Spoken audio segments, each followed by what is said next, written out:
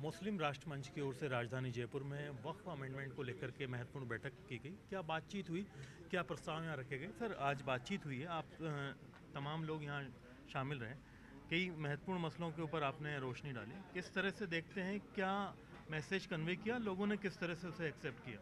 ऐसा है, 1913 में भारत में अंग्रेज गवर्नमेंट ने वक्फ बोर्ड लाया था।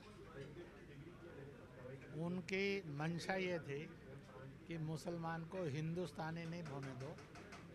दूसरी मंशा ये थी कि ये दो कम्युनिटी कभी एक साथ नहीं रह सकती, और वह ये भ्रम पैदा करके बांट कर लड़वा कर हिंदुस्तान को बांटने में सफल हो गए। उसके बाद पंडित नेहरू, नरसिम्हा राव, सरदार मनमोहन सिंह के समय में जो तीनों प्रधानमंत्री कांग्रेसी थे, हिंदुस्तानी थे, और उनके नेतृत्व में हुई।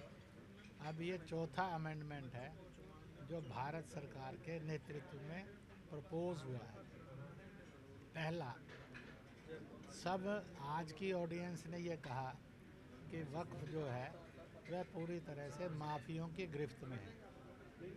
दूसरा, सब ने यूनानिमसली कहा कि वक्फ में संपत्ति और इनकम की पारदर्शी रख रखाव नहीं है, जो होना चाहिए।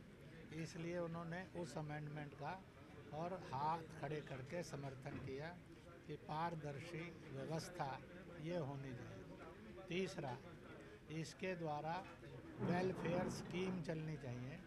आज कोई भी वेलफेयर स्कीम नहीं है, किसी ने भी हाथ नहीं खड़ा किया कि वो गिना सकें।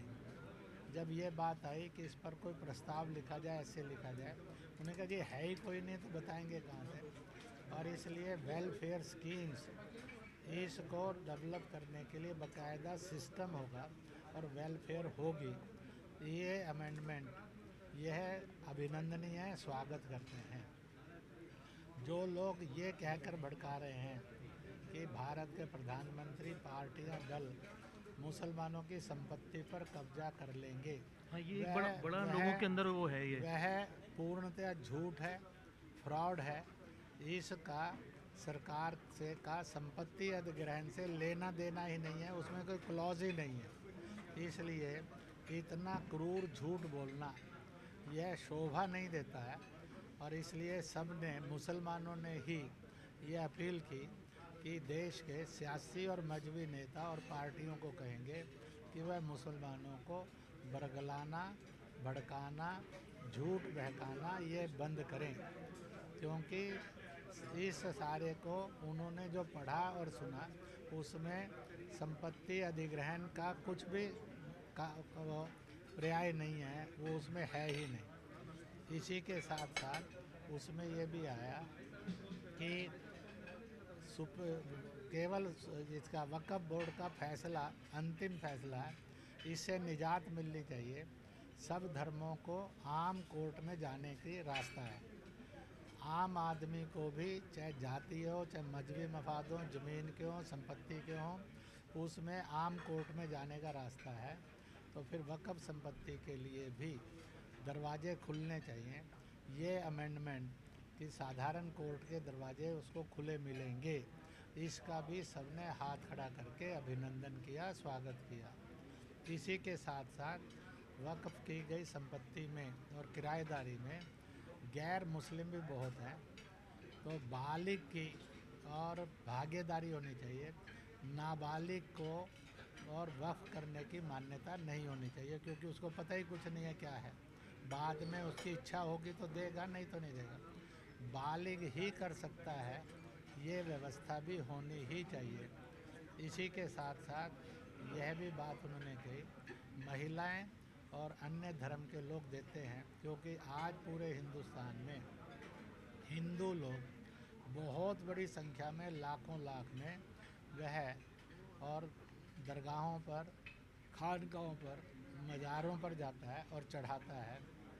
इसलिए यह इनकम अगर रुकेगी तो वक्फ के सामने बहुत संकट खड़े हो जाएंगे, उसकी इनकम के स्रोत रुकेंगे। इसलिए उनकी और भागीदारी रखी तो फ़ायदा ही होगा।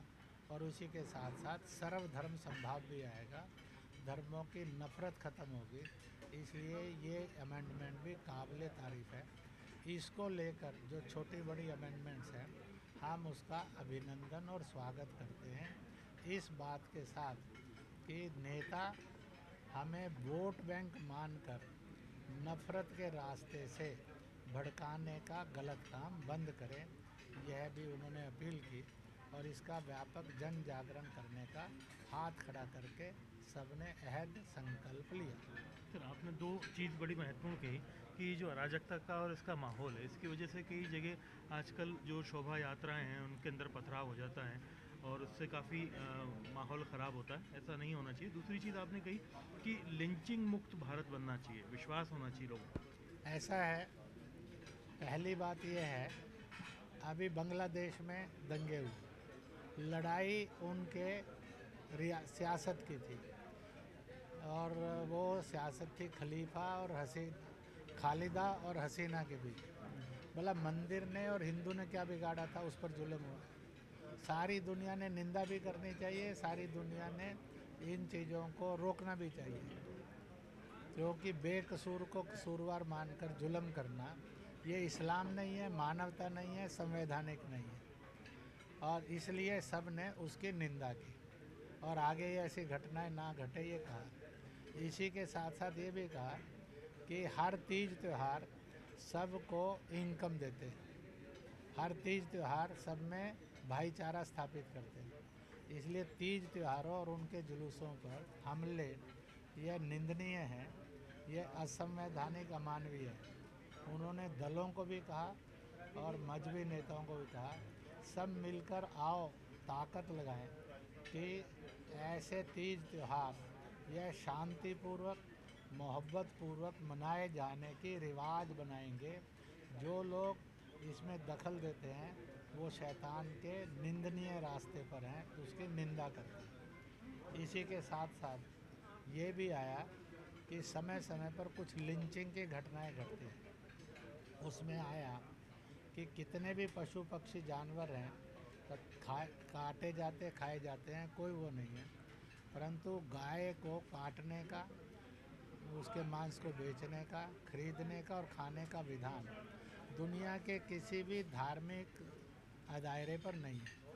चाहे वो चर्च हो, मस्जिद हो, दरगाह हो, मंदिर हो, गुरुद्वारा हो, गुम्फा हो, बौद्ध विहार हो, जैन स्थानक हो, अन्य आश्रम हो। जब ये एक हकीकत है, स्वयं रसूल ने कहा है उसमें जहर है, फिर ये क्यों करना।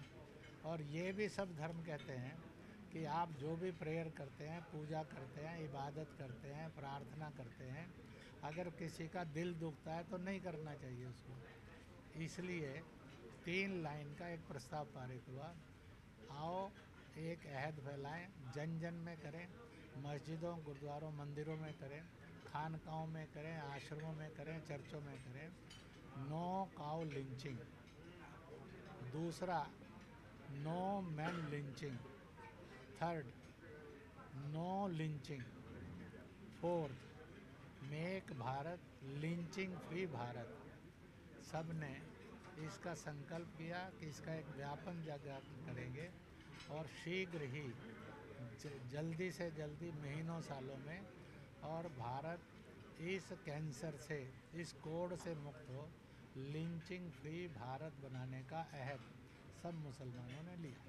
बहुत बहुत शुक्रिया आपका। तो आप हैं इंद्रेश कुमार, किस तरह से जयपुर में जो मुस्लिम इंटेलेक्चुअल्स हैं उनको गैदर किया गया, बातचीत की गई, जहाँ होकर के जो तमाम मुद्दे हैं जो वर्तमान परिप्रेक्ष्य में उनको लेकर के चर्चा की गई, जिसमें वक्फ अमेंडमेंट बिल से लेकर के आप देखेंगे कि लिंचिंग का मसला था और जो शोभा यात्राओं से जुड़े मामले हैं उन तमाम चीज़ों को लेकर के चर्चा की करके संवाद किया गया, ताकि इसको और बेहतर दिशा में काम को सुधारा जा सके, लोगों का सहयोग, उनका मन इसमें साथ में लिया जा सके। कैमरा पर्सन दिलीप चेची के साथ में अरबाज अहमद, न्यूज़ 18 के लिए जयपुर।